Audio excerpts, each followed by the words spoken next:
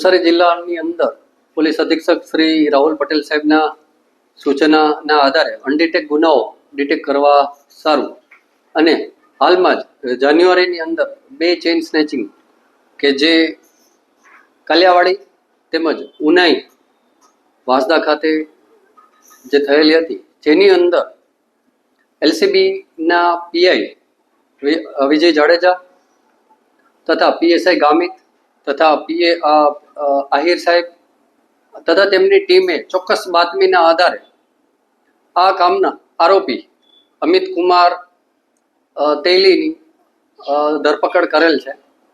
અને આ લોકોની એમો એવી હતી કે પર્ટિક્યુલર વૃદ્ધ મહિલાઓનો આ લોકો ટાર્ગેટ કરતા હતા. વૃદ્ધ મહિલાઓ જતા હોય ત્યારે એના સોનાનું ચેઇન તેની મોટરસાઇકલની અંદર આવી અને વૃદ્ધ મહિલા એકલા જતા હોય તો એને ગળામાંથી ચેન છીનવી અને પછી ભાગી જતા હતા.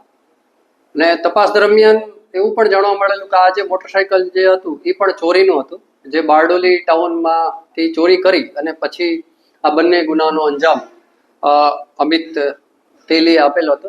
તેનો સહ આરોપી દીપક દિવાકર જે વોન્ટેડ છે તેની હાલ એલસીબી તપાસ કરી રહી છે.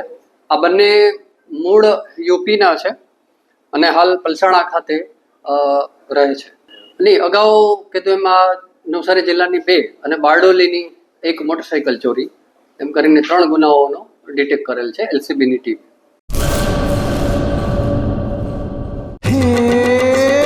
સોનાનો સૂરજ ઉગ્યો રે ખેતરમાં, સાગર લક્ષ્મી બાજરી બિયારણ, લાંબા ડુંડામાં દાણા ભરપૂર, ખેડૂતને આપે ઉપજ ભરપૂર.